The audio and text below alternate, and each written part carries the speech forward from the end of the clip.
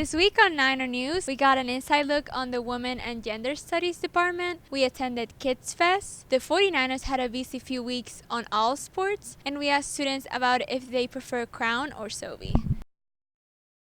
The Women and Gender Studies Department was able to talk to us this week about what it looks like inside their program. For our first departmental spotlight, we went inside the Women's and Gender Studies program. Representatives from the field sat down with us to talk about the minor, how it is applied in the working world, and their upcoming major. We have one of the largest Women and Gender Studies program, but we only have the minor. So we're really excited about the major because it means that students can take more classes and actually get the credit for those classes. Through the program, there are students whose interests are in business and technology, sociology, philosophy, history. It's truly interdisciplinary. It develops your soft skills. A lot of employers, as much as, you can be great at whatever technical major you have, those soft skills are really important. So communication, being able to understand bigger picture ideas, being able to think, being open-minded. These are soft skills that you need. A big question that we get is, what do students do with a degree in women's and gender studies? And I tell if I circulate this list, anything. It's such a big field, and there's everything from climate change to body politics to mental health to there's so many different avenues you can take. Everybody from Bank of America down to a smaller nonprofit, down to a government association or organization needs to understand and appreciate Charlotte, for example, is a very diverse city, racially, economically. And so we need to have people who are in positions who are trained to understand how these different identities intersect and how they impact the different industries that they're working in. If you are going to work in a corporation and you're working for human resources, the things you learn in your women and gender studies classes can apply directly almost. The full version of this video package will be available on the Niner Times YouTube channel. From Niner Times, I'm Elizabeth McGuire. Last weekend, University City was filled with activities for kids and performances that occurred during Kids Fest. My name is Grissett from the Niner Times, and I'll be doing a recap of Kids Fest 2019. Through the collaboration of many partners, this festival was able to offer rides,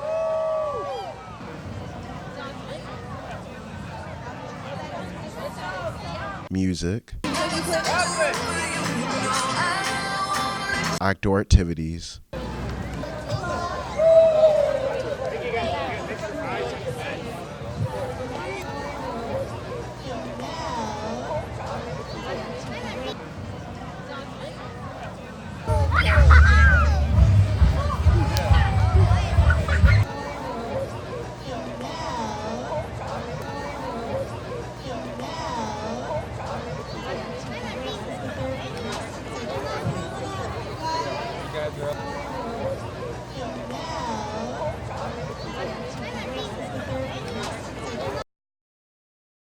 Next, we have our reporter Gabi Swic with the sports recap and our reporter Drew Andrews with the basketball tip-off. Hey Niner Nation, welcome to the sports recap. Let's see what happened this week. The football team lost 48-23 against FIU Saturday.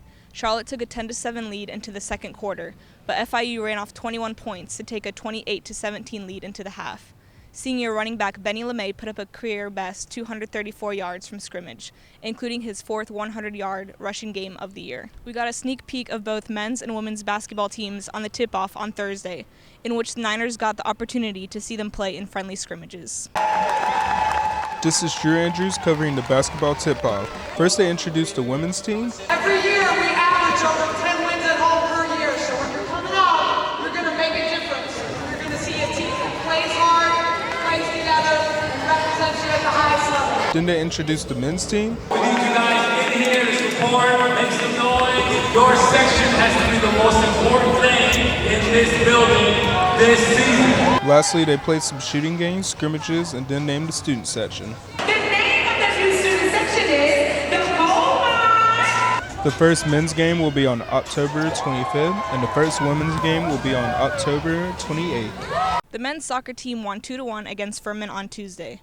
They also won 3-1 against Florida Atlantic on Saturday the 5th. The team ended up on a tie against Marshall on Saturday the 12th. Charlotte had several good scoring chances in the game. This marks the second time in school history that the 49ers are undefeated after 10 games. The women's soccer team won 3-2 against Western Kentucky on Thursday the 3rd, with freshman Julia Patrum cutting around the defense and scoring the decisive goal into overtime. The team also won 2-1 against Marshall on Sunday the 6th and scored 5-2 against Middle Tennessee on Sunday the 13th. The success had helped put the Niners into first place into league standings. The volleyball team accumulated 1 win and 3 losses on these past weeks. The 49ers won 3-2 against Winthrop on Tuesday the 8th and lost 3-1 against Marshall on Friday the 4th, 2-3 against FIU on Friday the 11th, and 0-3 against FAU on Sunday the 13th. That's all for the sports recap. From all of us at the Niner Times, I'm Gabi Swic. Our student voice this week asked students whether they prefer Crown Commons or Sobe. Hey Niner Nation, I'm Angélique Butler from Niner Times, and today we're going to interview students about whether they like the dining hall's Sobe or Crown better. Let's go. Do you prefer Crown or Sobe better? Sobe all the way. Why do you prefer Sobe? I don't know. It just feels more at home. The architectural structure, the food, the energy that it gives off. It's a lot more warm and comforting for me when I'm trying to eat. So basically, Sobe is more like home, and Crown is cold. Is that what you're trying to say? Crown reminds me of high school lunch. Sobe reminds me of the top tier good times. Hello. Hi. Do you like Crown or Sobe better? I like Crown better. Why do you like Crown better? Crown feels like I'm at home. It's a lot of welcoming people, and Crown gets me. Crown knows what I want. Like, it's home style food. I love it. So what kind of food do you like at Crown? If there's nothing good, I always go for the pizza, but I love their stir fry. They give me everything I want. Which dining hall do you prefer, Crown or Sobe? Sobe. Why? Sobe is just more spacious, and it's just like everything, I don't know, it just has like this fresh appeal to it. Like, unlike Crown, it's like sometimes Crown has like a weird smell, and it's like, nah, seriously, and it's packed with like a lot of people, like, yeah. So basically, Sobe is like more modern and stuff? Right, kind of, sort of, yeah. Hello. Do you like Crown or Sobe better? Sobe. Why do you like Sobe better? The food is so much better. Okay, thank you. Do you prefer Crown or Sobe better? Crown. Why do you like Crown better than Sobe? Okay.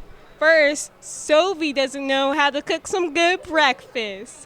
Their French toast sticks taste like cardboard if you ever had them. Do not try it. And plus, Sobe, they have a problem with their forks, unlike Crown. So you think Crown's forks are better than Sobe's forks? We actually have forks. And when you go to Sobe, especially during rush hour, you like run out of forks to use. And it's frustrating because you got to go everywhere around just to get some. And the pizza is better at Crown. That's it for this week's Niner News. Grab a copy of the Niner Times that's out right now. For the Niner Times, I'm Maria Solano.